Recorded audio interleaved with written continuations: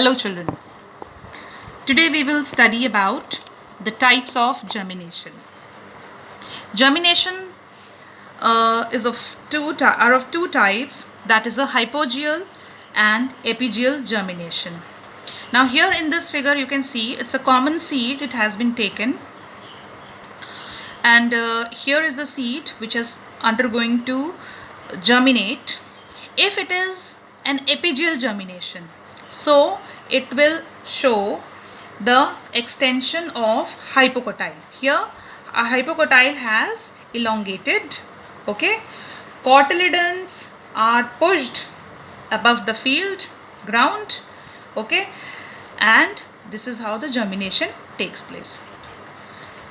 If the seed has to undergo hypogeal germination, then what will happen? The epicotyle will elongate, the cotyledons remain underground, and the germination will take place. So the difference between epigeal and hypogeal germination can be clearly understood by this given diagram. Okay, if a seed has to germinate either in the epigeal or the hypogeal germination. If it is epigeal germination, then extension of hypocotyle takes place, because of which cotyledons are pushed above the ground.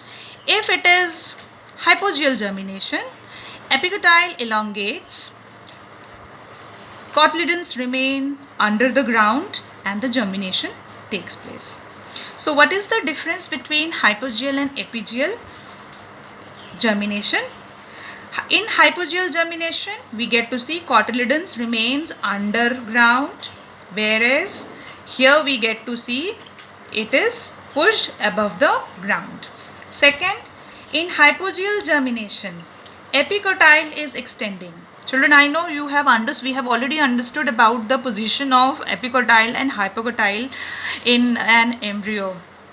Okay, where it is present in an embryo axis. So if any of you has a confusion, kindly see our previous videos so that you are able to understand the location of epicotyle and hypocotyle, to understand these two types of germination. Okay, so we come on to the next one. Second point, here epicotyle extension is taking place, here hypocotyle extension is taking place.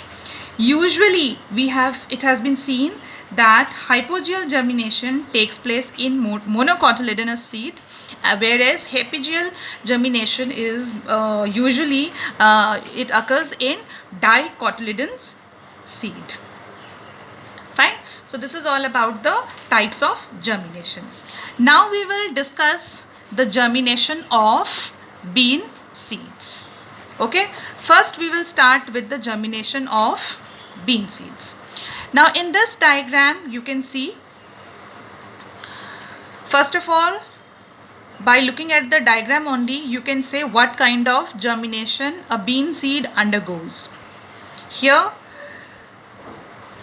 the cotyledons are above the ground, so it undergoes the epigeal germination.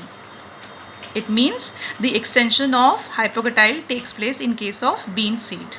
Here the seed swells up after absorbing the water, then the radicle elongates, it extends downward into the soil. Epicotyle elongates, which includes the cotyledons to come out of the soil, and when the cotyledons comes out of the soil, then this type of germination is called as epigeal.